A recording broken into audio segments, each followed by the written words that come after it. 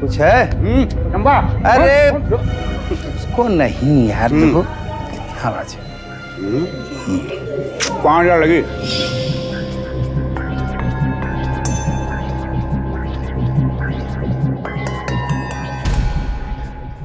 भारत में एक ऐसा शहर है जिसके जिक्र से मन में श्रद्धा जागृत होती है। शाम को घाटों पर घंटों की ध्वनि से पूरा शहर भक्तिभाव में डूब जाता है। इस देवनगरी में एक नर्क ऐसा भी है जहां इन पावन घंटियों की गूंज शायद ही कभी पहुंच पाती होगी। इन अंधेरी गलियों को सभ्य समाज में वैश्यालय कहा जाता है, यानी रेड लाइट एरिया। कुछ साल पहले इस जगह में यह कारोबार ने एक बेकाबू रुख अपना लिया था। ना कोई टोकने वाला था, ना कोई विरोध करने वाला। लेकिन आज हालात सुधरते हुए दिखाई दे रहे, और ये हालात ऐसे नहीं सुधरे। ये हालात सुधरे हैं एक नौजवान की दृढ़ इच्छा से, उसके अंदर समाज को समर्पित भावना से, उसकी अखंड प्रयास से। इस घर में मेरी तो कोई सुनता ही नहीं है। एक ही बेटा है जिसे देखे अब 5 साल हो चुके हैं, और वो फिर निकलने की फिराक में है। पता नहीं तुझे फिर कब देख पाऊंगी। अरे माँ, भाऊजी आप भी समझाओ ना। अरे मैं कोई जंग लड़ने थोड़ी ना जा रहा हूँ, दिल्ली नौकरी करने जा रहा हूँ। एक बार नौकरी सेटल होना दो, और आपको और बाबूजी को दोनों को लेकर वहीं। पहले पढ़ने चला गया, अब नौकरी करने चला जा रहा है। तुम्हारा बस चले ना तो लड़के को पल्लू से बांध कर ही रखोगी। हाँ, पल्लू से बांध के ही रखूंगी। तुम्हें मालूम है इसको उस कंपनी से कॉल आया है जहां हजारों लड़के लाइन में लगे रहते हैं। बेटा, जिंदगी के सही माने है कि इंसान की तरक्की से ही पूरे होते हैं। तेरे जाने का सब तय हो चुका है, और अब इस बारे में कोई बहस नहीं होगी, समझी? बाबूजी मैं गोविंद क्या जाऊँ? हाँ, जा बेटा जा। क्यों, वहां क्यों जाएगा? माँ आपको बताया था ना कि आज गोविंद का बर्थडे है, सारे दोस्त लोग मिल रहे हैं। बाबूजी आप लोग खाना खा लेना, मैं वहीं पर खा कर आऊंगा। ठीक है माँ, जाऊँ? जा।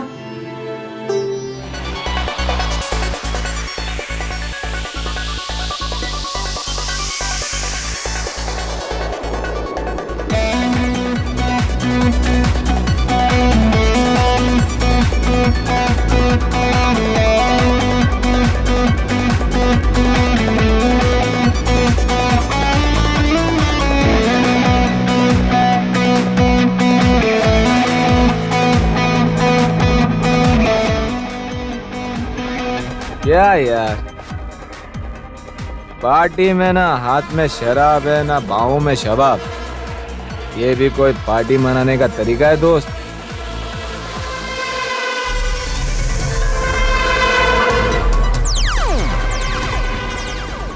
ऐश करो दोस्त।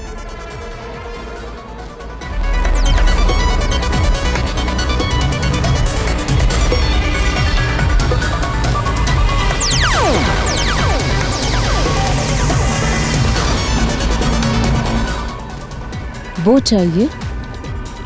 बिल्कुल शर्म आया नहीं है ना, बच्ची है वो।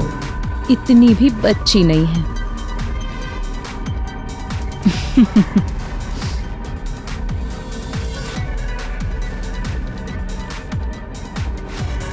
ले, वो भी चली गई। मेरे साथ चलेगा, फिर देखना किसी और के साथ नहीं जाएगा।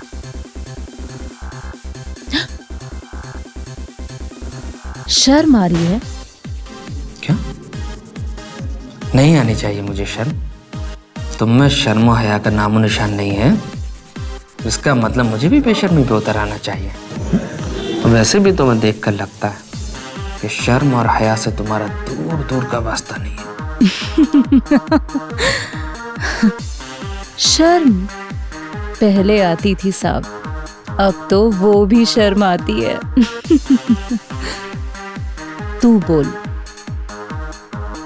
मेरे साथ चल, तेरी सारी शर्म उतार दूंगी।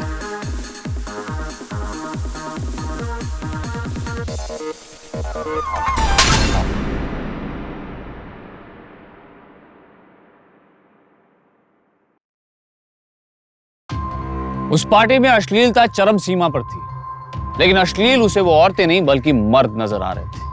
उस माहौल में योगराज का दम घुट रहा था। ये देखकर कि कोई इंसान अपने पल भर के मजे के लिए किसी और इंसान के साथ ऐसा घिनौना व्यवहार कैसे कर सकता है। मानव तस्करी के चलते एक हंसती खेलती औरत को एक मांस के लोथड़े की तरह हर दिन हर रात बेचा जाता है। औरत तो औरत, बच्चों को भी बख्शा नहीं जाता। इस कारोबार में फंसे औरतों और बच्चों के आंकड़े इतने बड़े और डरावने होते जा रहे हैं कि इसे नजरअंदाज करना ही आम लोगों को आसान लगता है। इतनी भी बच्ची नहीं है। शर्म पहले आती थी साहब, अब तो वो भी शर्म आती है।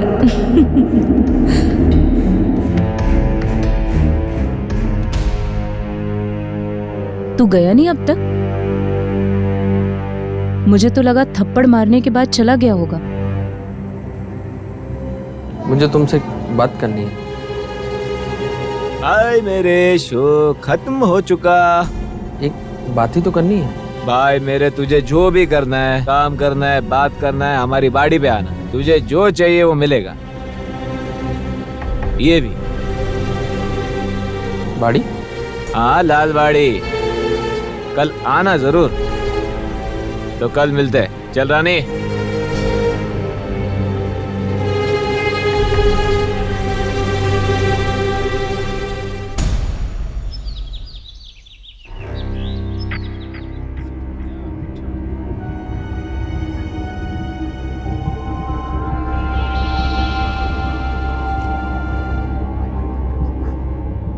हाँ, कुछ है? लंबा। अरे उसको नहीं यार, देखो 5,000 लगी।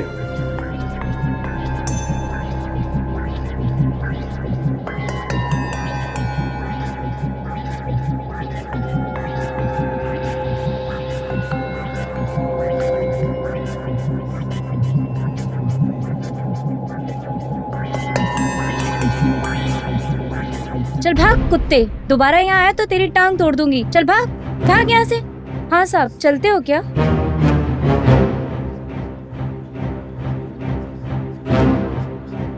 ओ साहब, चलते हो क्या? सुबह से बोनी भी नहीं हुई साहब। चलो ना साहब। अरे बाबू, अरे सुनिए, क्या चाहिए, कहाँ जा रहे हैं? कम पैसे में एकदम चौकर माल दिलवाऊंगा। एकदम टकाटक झकाझक। देखिए भाई, हमें कुछ नहीं चाहिए, अब तो चाहिए। अरे चलो जनाब, क्यों इतना? नहीं चाहिए ना, चाहिए। बस लेना न देना, बस। पैसे दिए ना, अब चल अंदर। बोला ना इतने में नहीं चलेगा। चल अब ठीक है, आजा अंदर।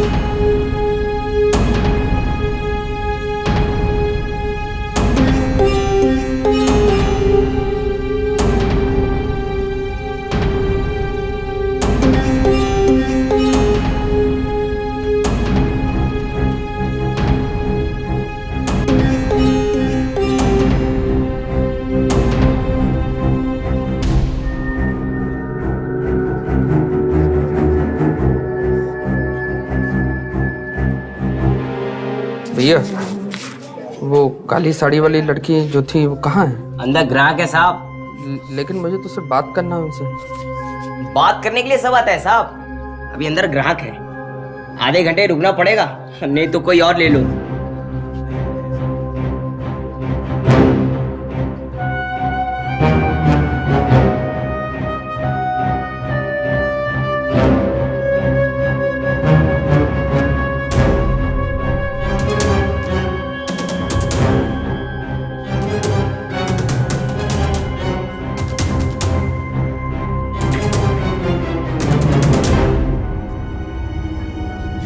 सुनिए, तू फिर आ गया?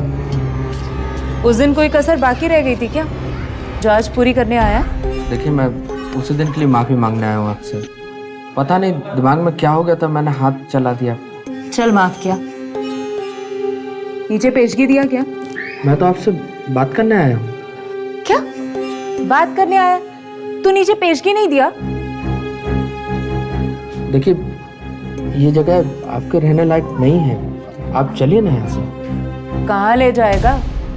अपने घर या किसी पार्टी वार्टी में? देखिए, आप समझ नहीं। बिना पेशगी दिए ऊपर कैसे आए तू? भाई, मैं सिर्फ इनसे बात करूंगा यहाँ पर खड़े खड़े, और क्या। बात भी नहीं कर सकता? अबे खड़े होके बात कर या लेट कर, दोनों के लिए पैसे लगते हैं। चल निकल निकल, चल तू चल निकल, चल निकल, तू अंदर जा, अंदर जा, चल।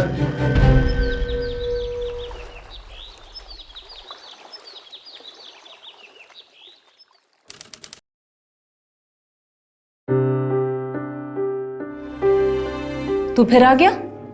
पेशगी दे के आया हूँ। मीरा, आजा। बाहर जा। अभी तू थोड़ी देर बाहर है ना, फिर मैं तुझे बुला लूँ।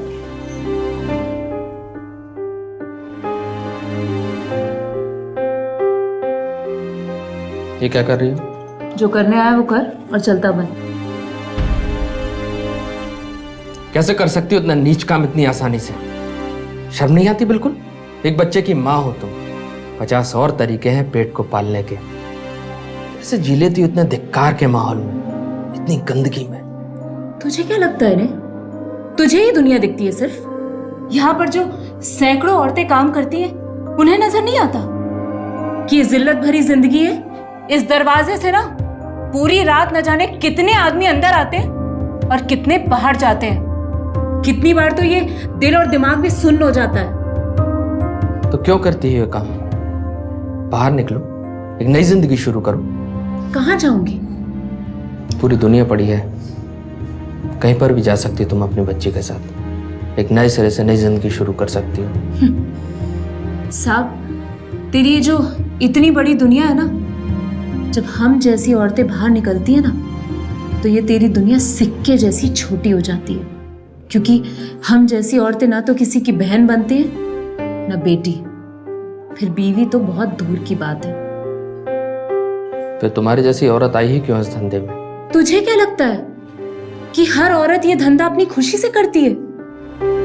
साहब, कोई औरत नहीं चाहती कि वो ये काम करके अपना पेट पाले, लेकिन जब एक 13 साल की छोटी बच्ची के कमरे में एक आदमी जबरन घुसा दिया जाता है ना, और उससे कहा जाता है कि ये तेरा ग्राहक है, इसे खुश कर, फिर उस पर क्या बीतती है ये तो सोच भी नहीं सकता। और तू जानना चाहता है ना कि मैं यहाँ क्या कर रही हूँ, मैं यहाँ कैसे आई? तो सुन, परिवार में लोग इतने जो घर में ना समाये, और आमदनी इतनी जो मुट्ठी खोलने से पहले ही खाली हो जाए। फिर भी खुश थी मैं। मेरा एक चाचा है, बाप का सगा भाई। बाप से बोला, घर में लड़की क्यों है, उसे बाहर भेज, शहर पैसे कमा कर लाएगी, कुछ मदद कर देगी घर की। बाप भेजना तो नहीं चाहता था, लेकिन खाली पेट ने दिल की आवाज ही नहीं सुनी, भेज दिया उसने मुझे चाचा के साथ। जानते हो क्या किया उसने? यहीं छोड़कर गया था। 25,000 रुपए में बेच दिया था यहाँ पर। मैंने बहुत मिन्नतें की, बहुत रोई, गिड़गिड़ाई, बहुत मारा मुझे, लोहे से जलाया, किसी ने नहीं सुनी। और फिर मेरे कमरे में सबरन एक आदमी को भेज दिया। लेकिन वो 13 साल की बच्ची कितना लड़ती, फिर उसने लड़ना छोड़ दिया।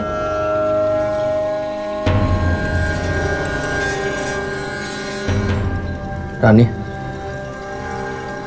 तुम अपनी बच्ची मुझे दे दो, मैं तुमसे वादा करता हूँ तो उसको एक बहुत अच्छा इंसान बनाऊंगा, उसको अपने साथ ले जाऊंगा, उसको एक अच्छी जिंदगी दूंगा। यकीन करो मेरा। साहब, तेरा आधा घंटा हो गया, अब तू जा यहाँ से, मेरा दूसरा ग्राहक इंतजार कर रहा है।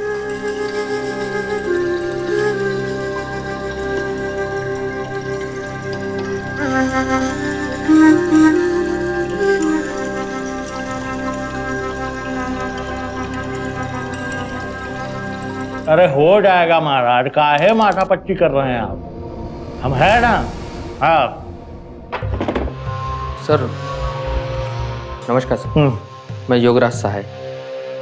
सर एक FIR करानी थी।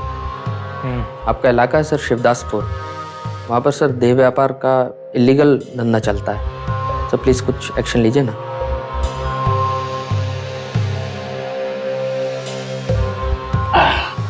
देखो क्या नाम बताया? सर योगराज सहाय।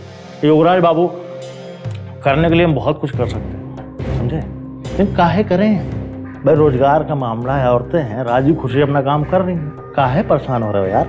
सर आपको वाकई में लगता है कि वो लोग अपने खुशी से धंधा करते हैं? तकरीबन 15 से 20 लड़कियां रोज उस बाजार में खुलेआम बेची जाती हैं, खरीदी जाती हैं सर। जानवरों से भी बुरी हालत उनकी।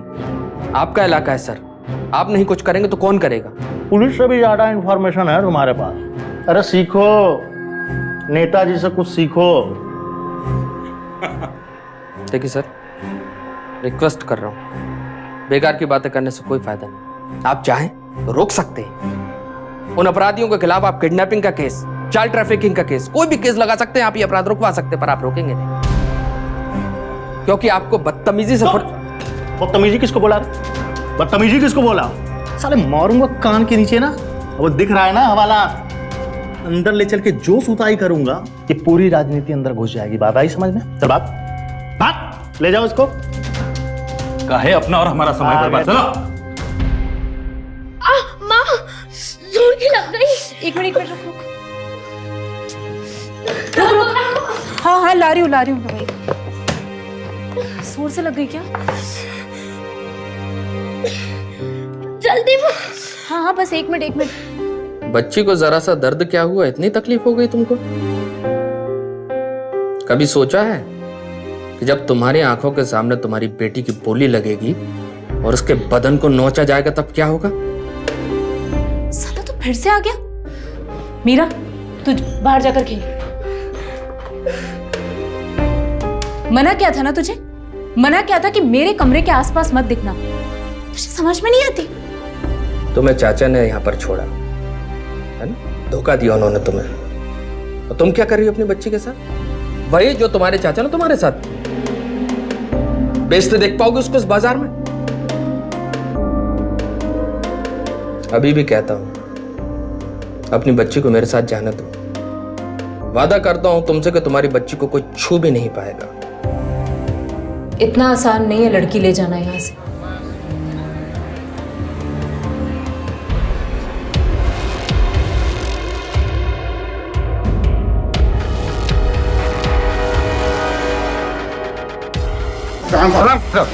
ये पकड़ लिया।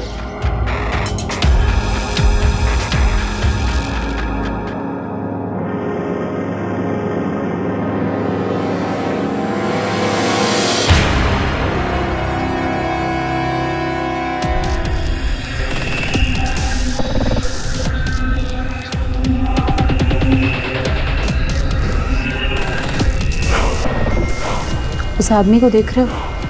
रहनुमा है इस बाड़ी का, नवाब। मुझे माफ कर दीजिए। इस बाड़ी का रहनुमा। यहाँ से कोई लड़की नहीं निकल सकती। एक ने तो कोशिश भी की थी, लेकिन जब वो वापस आई तो जिंदा लाश से भी बदतर हालत थी उसकी। कहते हैं कि नवाब अपनी लड़कियों को मारता नहीं है, लेकिन उन्हें जिंदा भी नहीं छोड़ता। यहाँ तक कि राह गुजरते हर आदमी को 5-10 रुपए के लिए वो उसके कमरे में भेजने लगा। एक दिन तो एक ग्राहक इरफान से आकर बोला, क्या माल दिया है, हिलती तक नहीं है। मर चुकी थी वो। नवाब ने तो उसे मरने के बाद भी नहीं बख्शा।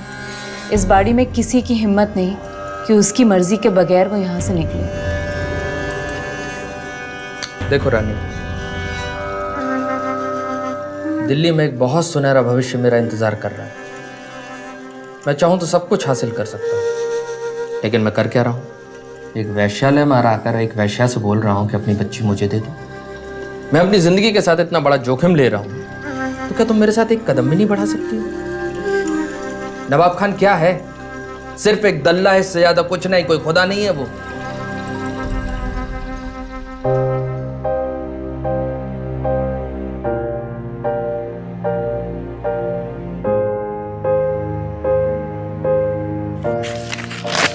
ये मेरा नाम नंबर है, अगर जरूरत समझो तो बात करना। और हाँ,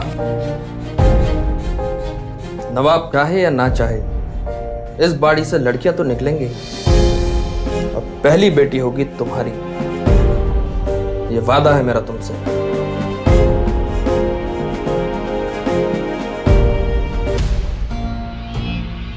सुना है दिल्ली से तुमने एमबीए किया है।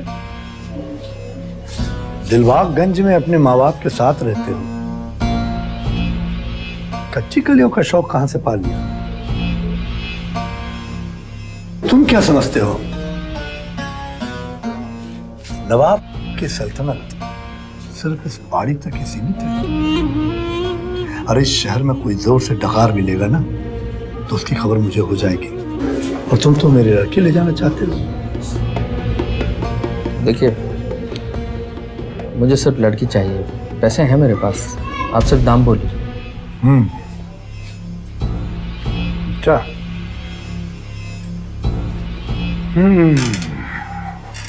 10 लाख। 10 लाख? ये तो बहुत ज्यादा है। ज्यादा है? पैसे हैं तो रुको और नहीं तो भाग जाओ। ठीक है, मैं पैसे का इंतजाम करता हूँ, आप लड़की दिखाइए।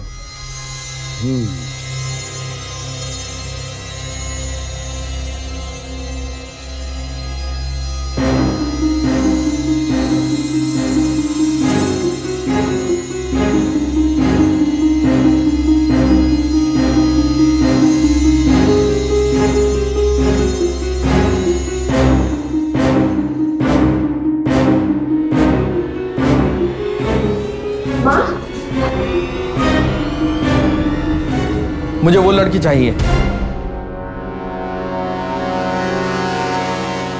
वो नहीं मिलेगी।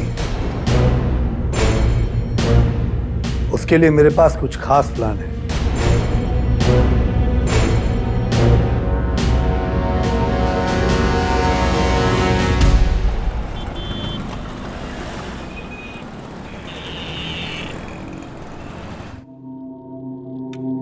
शोभा जी, मैं मीरा को बचाने के लिए उसका सौदा करने गया था, लेकिन वहां तो जैसे बच्चों की मंडी लगी है। शर्म आ रही थी वहां पर बैठे हुए कि मैं एक मर्द और कुछ नहीं कर पा रहा। इन लोगों को सुनाई नहीं देती उन बच्चों की पुकार है? राक्षस है क्या ये लोग? हम कुछ कर सकते हैं कि नहीं इनके लिए? पर मुझे ये समझ में नहीं आ रहा कि हम लोग क्या करें। पुलिस के पास जाते हैं कि वो रेड डाले तो पुलिस कहती है कि सबूत लेकर आओ। भला हम बाड़ी के खिलाफ सबूत कहां से लेकर आए? उन बच्चियों को छुड़ाने के लिए अब सबूत मैं इकट्ठे करूंगा।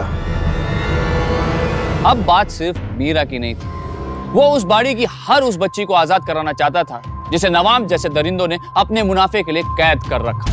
यार मैं तुम्हारी दोस्ती की वजह से केवल चल रहा हूँ, खबर तो मैंने पहले भी छापी थी, होना जाना कुछ नहीं है। अरुण होगा, तू एक बार ये खबर फ्रंट पेज पर छपवाने की कोशिश कर भाई, बस फिर देख उन आंखों से भी पर्दे हटेंगे जिन्हें पर्दे डाल रखे हैं। तू तस्वीर ले इनकी और फ्रंट पेज पर छाप।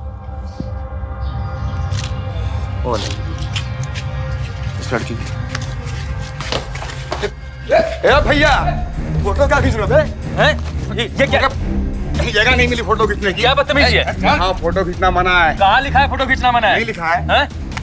लो, ये कैमरा का तोड़। अभी तुझे भी तोड़ेंगे। चल निकल। चल चल चल चल चल चल चल यहाँ से निकल, ये काट के फट देंगे। फट।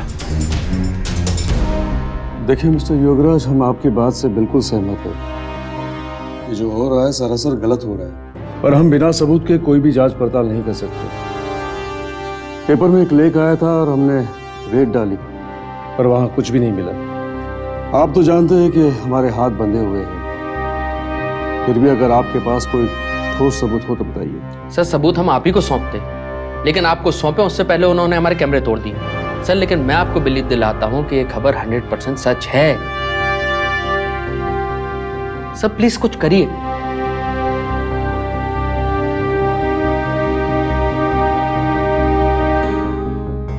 Hello, red? पठान साहब, पठान साहब, पठान साहब, रेड पड़ने वाली है। हाँ, रेड पड़ने वाली है। बच्चों को हटाओ, हटाइए दादी को अपना। जीता, चलो। ए मीनू, चलो।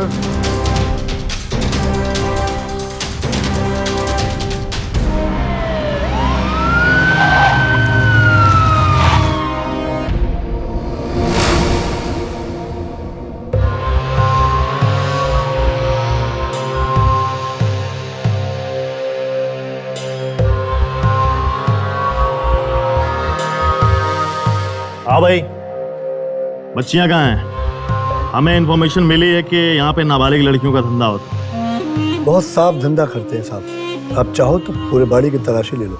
बच्चियों का तो ये कोई काम ही नहीं है। और ले भी लिया तलाशी, मिला कोई?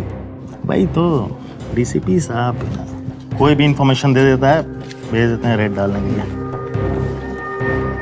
हाँ सर, हाँ सर, अपने आँख पे चप्पा चप्पा देख लिया सर, कोई भी नाबालिग बच्ची नहीं है यहाँ पे। सर आप जानते ही हैं, टीवी मीडिया अखबार वाले करते क्या हैं, ये किसी भी खबर को मसाला बना करके बड़ी लंबी चौड़ी कर देते हैं। हाँ सर, ओके सर। हाँ भाई साया साहब कह तो रहे थे कि मतलब पूरी पक्की खबर है नाबालिग लड़कियों का धंधा होता है। देखिए एक भी लड़की, अभी आराम से यहां से घर जाइए, काम करिए। आई बात समझ में? निकलो, चलो चलो अपने अपने काम पे जाओ, चलो।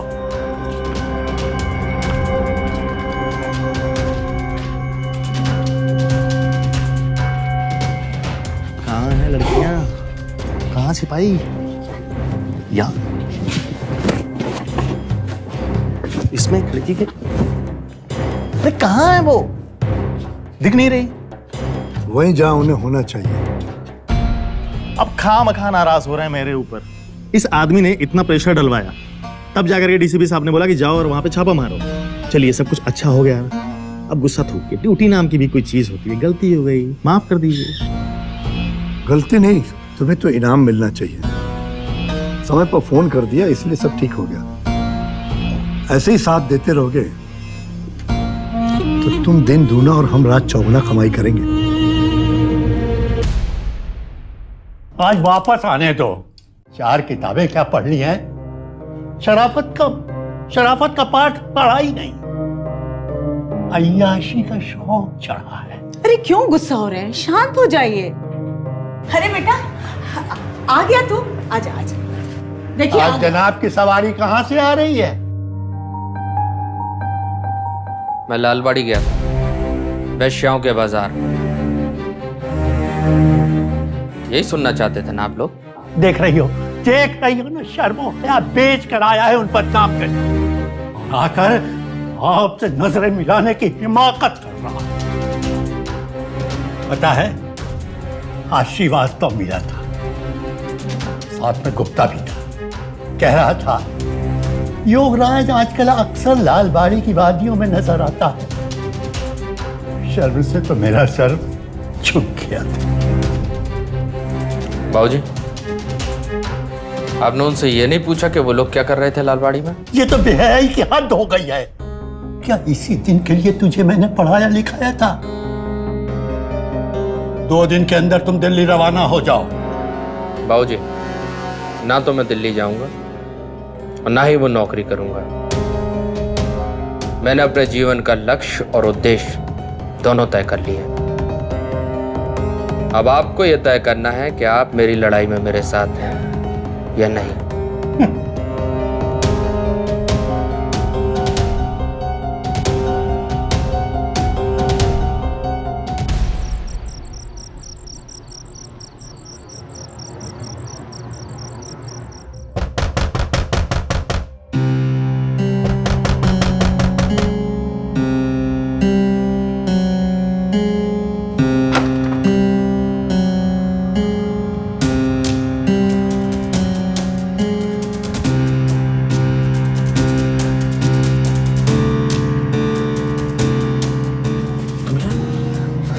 ननखटे, सब ठीक है ना?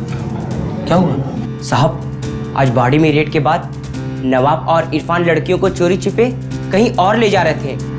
वो लोग मीरा को किसी को बेचने की बात कर रहे थे। ये सुनकर रानी बहुत घबरा गई थी। उसने मुझे इसे आपको सौंपने के लिए कहा। साहब, ख्याल रखिएगा इसका। ननखटे, ये मेरी जिम्मेदारी है, तुम जाओ, चिंता मत करो, जाओ। बेटा, माँ ठीक है ना? ये लड़की कौन है?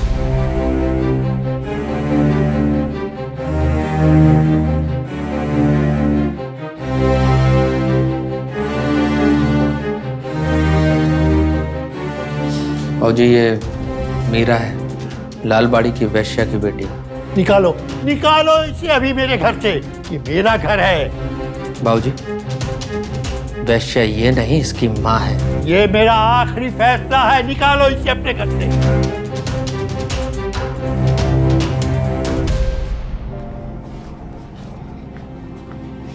एक मिनट बेटा।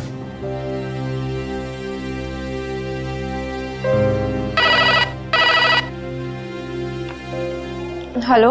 हाँ शोभा। कौन, योगराज? इतनी रात को सब ठीक तो है ना? हाँ है तो सब ठीक। रानी ने मीरा को पहुंचाया मेरे पास। ये तो बहुत अच्छी बात है। तो प्रॉब्लम क्या है? प्रॉब्लम ये है कि बाबूजी इस बात से बहुत नाराज हो गए और मैं भी गुस्से में ताव में निकल आया घर से।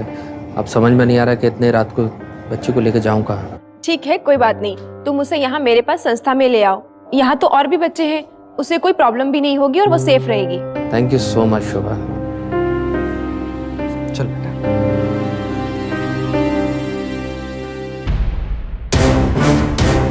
खाती हमारा है और नमक हलाली अपने यार क्या करती है? भगा दी अपनी बेटी को यार के साथ, पता कहाँ छुपा करके रखा है। मरते मर जाऊंगी, पर तुझ जैसे घटिया इंसान को कभी नहीं बताऊंगी कि मेरी बेटी कहाँ है। तेरी मारने की चाहत तो पूरी कर दूंगा, अगर तेरी बेटी नहीं मिले तो पूरे 10 लाख का नुकसान करा दी मेरा। आज एक लड़की बाड़ी से निकली है, कल दूसरी जाएगी और तू कुछ नहीं कर पाएगा।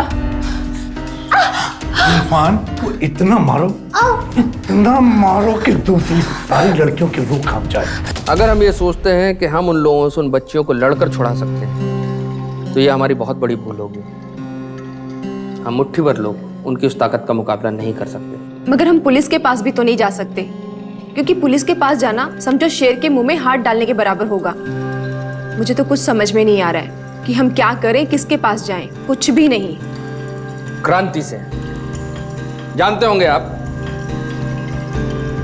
क्रांति का जो बिगुल बजता है बहुत बड़ा होता है और दूर दूर तक उसकी आवाज सुनाई देती है। हम भी करेंगे, पोस्टर चिपकवाएंगे, पंपलेट बंटवाएंगे, नुक्कड़ करेंगे।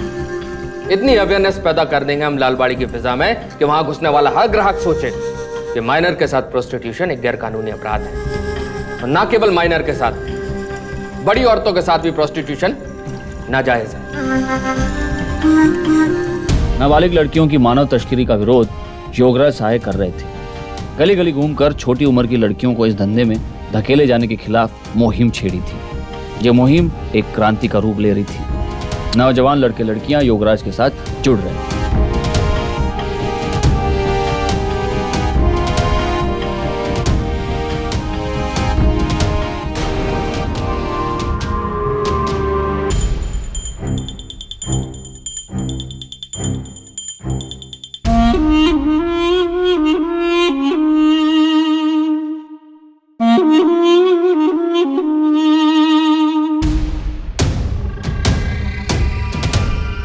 तुमसे दोबारा मिलने की बहुत चाहत थी। इरफान कह रहा था कि बहुत फुर्तीले हो तुम, लेकिन तुम्हारी ये फुर्ती हमें रास नहीं आ रही है। तुमने हमारी लड़की को भगाया, ग्राहकों को भड़काया, ठीक नहीं कर रहे हो तुम। क्या सही है और क्या गलत, ये मुझे तुमसे सीखने की जरूरत नहीं है। लेकिन तुम्हारा सही हमारा गलत है, और नवाब खान उस आदमी को कभी नहीं बख्शता जो उसके रास्ते में आता है।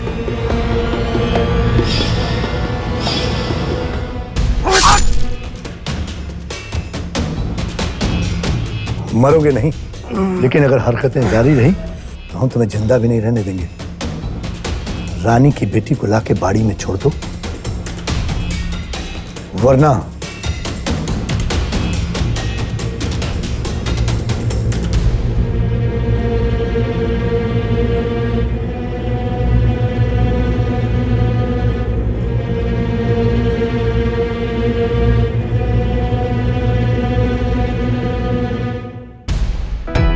योगराज सहाय को उसके साहस और प्रयासों के लिए सरकार ने शाबाशी देनी चाहिए थी। पुलिस को उसका शुक्रिया अदा करना चाहिए था। लेकिन हुआ क्या? बिल्कुल विपरीत। नवाब के पहल के कारण योगराज के खिलाफ झूठे मुकदमों की बारिश होने लगी। अगर उसकी जगह कोई और आदमी होता तो शायद उल्टे पांव वापस लौट जाता, लेकिन हर रोड़ा योगराज के इरादों को और मजबूती प्रदान करता गया। ये लोग तो बहुत ही खतरनाक होते जा रहे हैं। देखो, अब हमें पुलिस के पास चलना चाहिए। हम इन लोगों को ऐसे ही नहीं छोड़ सकते। क्या होगा पुलिस के पास जाने से? चोर से कहेंगे कि डाकू चोरी कर रहा है, पकड़ो उसको। अगर नवाब खान को मैं सही तरीके से जानता हूँ ना, और अगर गुप्ता के कमीनेपन से वाकिफ हो, तो देख लेना वो लोग यहीं आने वाले होंगे।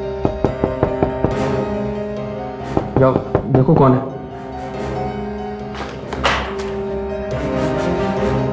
ये विजय और योगराज कौन है?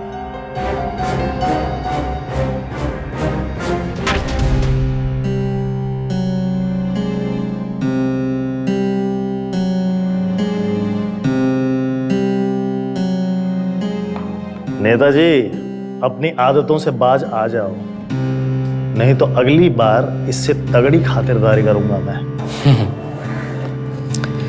खातिरदारी काम ही होता है दल्लों का गुप्ता जी। वैसे भी तुम पुलिस वाले कम, नवाब के दल्ले ज्यादा हो। क्या? चलिए चलिए यहाँ से।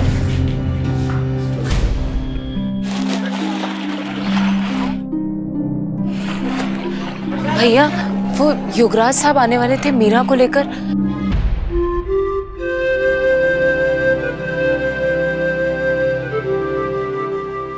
माँ, मेरी बेटी। माँ,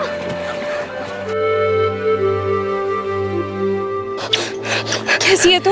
माँ, ये देखो मेरा स्कूल बैग, ये यूनिफॉर्म, शूज सब एकदम नया है। अच्छा है ना माँ? बहुत अच्छा है। माँ, मैं सच्ची में माँ बहुत खुश हूँ, पर मुझे आपकी बहुत याद आती है। मुझे भी तेरी बहुत याद आती है। रानी, तुम्हें चोट के निशान कैसे आए? साहब, आपने जो मेरी बेटी के लिए किया है, उसके बदले में ये कुछ भी नहीं है। अब तो मैं मर भी जाऊं साहब, पर मैं अपनी बच्ची को वापस उस जहन्नुम में कभी नहीं जाने दूंगी। माँ, आपको पता है स्कूल एडमिशन के टाइम अंकल ने झूठ बोला कि मेरा नाम मीरा योगराज सहाय है।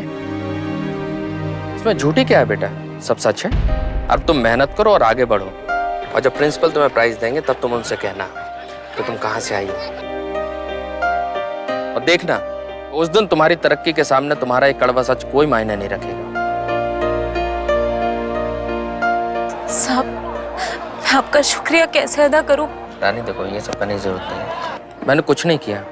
तुम्हारी इस हालत का जिम्मेदार मेरे जैसा ही कोई मर्द है ना। मैं तो सिर्फ माफी मांगना चाहता हूँ, पापों का प्रायश्चित करना चाहता हूँ। साहब, बाड़ी में खबर फैली है कि नवाब 15 और नाबालिग लड़कियों को ला रहा है, और बहुत जल्द उन लड़कियों का दिल्ली के पास कहीं सौदा कर देगा। कैसे भी करके इन लड़कियों को बचाना होगा, और मासूम जिंदगियां बर्बाद नहीं होना दूंगा मैं अब। साहब, बस अब आप हमें घाट पर छोड़ दीजिए, मीरा से मिलिए, हमें वापस जाना होगा। तुम कहीं नहीं जाओगी रानी। अब आज से तुम अपनी बेटी के साथ रहोगी उस एनजीओ में। अब तुम कैसे आजाद हो चुकी हो, और देखना नवाब खान का अंत भी अब बिल्कुल करीब है।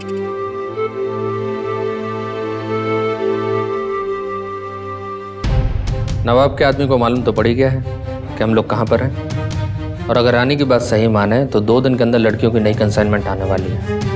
अगर ये सच है तो हमारे पास वक्त बहुत कम है। मुझे लगता है कि हमें डीएसपी साहब से बात कर लेनी चाहिए। वो एक अच्छे इंसान हैं, अच्छे ऑफिसर हैं, वो हमारी मदद जरूर करेंगे। क्यों करेंगे भाई वो हमारी मदद? पिछली बार उन्होंने बिना किसी सबूत के रेड मारी थी, क्या मिला? कुछ नहीं ना।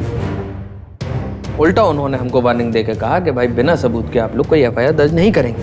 आपने कभी स्पाई कैमरा के बारे में सुना है?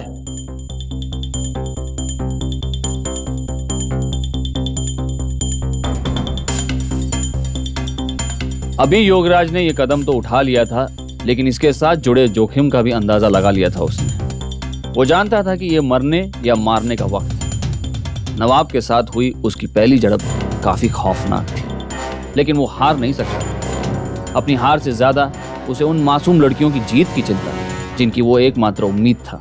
सफल तो उसे होना ही था। वो जानता था अब या तो आर्क या पार होना है, क्योंकि भले ही वो सैकड़ों लोगों से लड़ रहा था, पर उसके पास वो था जो किसी के पास नहीं था, उन नाबालिग लड़कियों को बचा लेने का जज्बा। अरे ये सब नहीं, कोई छोटी सी कम उम्र वाली तीखी मिर्ची दिखा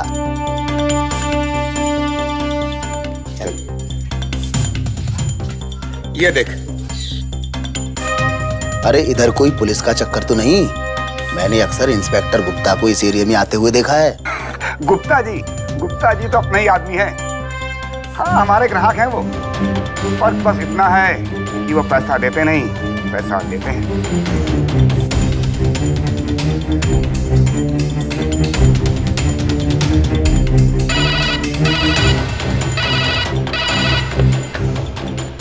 हेलो गुप्ता सर।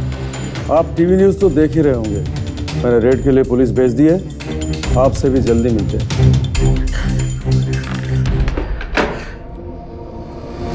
हमें क्या पता नवाब कहाँ? कोई नहीं, ऊपर देख लिया। पकड़ो इसको पकड़ो, भागने ना पाए। युवराज साहब, लगता है यहाँ कोई है नहीं। इंस्पेक्टर साहब, यहाँ कोई मिलेगा भी नहीं, ना नवाब और ना ही लड़कियाँ। तो फिर कहाँ मिलेंगे? एक आदमी है जो हमें ये बता सकता है। कौन? इंस्पेक्टर गुप्ता। तुम जैसे लोग पुलिस डिपार्टमेंट का नाम नहीं, अस्मिता खराब करते हैं। उन बच्चियों की सुरक्षा करना हमारा काम ही नहीं बल्कि कर्तव्य है। देखो गुप्ता, तुम नौकरी से तो हाथ धोने ही वाले हो। अगर जेल में चक्की नहीं पीसना चाहते हो तो नवाब और उनके लोगों ने बच्चियों को कहां छुपाया है चुपचाप बता दो। तब बताता हूँ।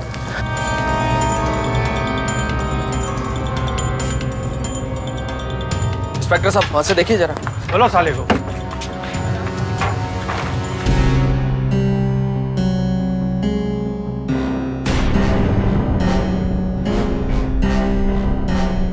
बेटा थोड़ा ऐसे हो ना।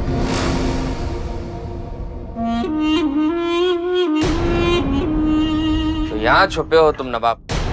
क्या हुआ तुम्हारी मर्दानगी को?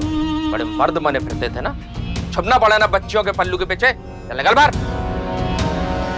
योगराज साहब को अपनी खुशी रुपए पैसे दौलत में नहीं बल्कि इन बची हुई मासूम लड़कियों की मुस्कुराहटों में नजर आई, जिनकी रिहाई के लिए वो अपनी जान तक पर लड़ गए। योगराज साहब का मकसद सिर्फ उन्हें वहां से रिहा करना नहीं था, बल्कि एक नई सोच, एक नई जिंदगी दिलाना भी उनका लक्ष्य था, और आज भी कायम। योगराज साहब की लड़ाई उन बाड़ियों के खिलाफ है जो नाबालिग बच्चियों की तस्करी में लगे रहते हैं। अभी तक योगराज साहब ने पुलिस की मदद से मानव तस्करों और गैर कानूनी वैश्यालों के खिलाफ 179 केसेस दर्ज किए हैं, और ये योगराज साहब के अथक प्रयासों का ही नतीजा था, जिसमें सुप्रीम कोर्ट ऑफ इंडिया ने एक कानून जारी किया जिसमें मानव तस्करी के मुजरिमों को जमानत न देने का आदेश देना पड़ा। कल हम फिर आएंगे एक ऐसे ही मिसाल की कहानी लेकर। तब तक सावधान इंडिया, 100 दिन 100 फाइट बैक्स। तो सावधान।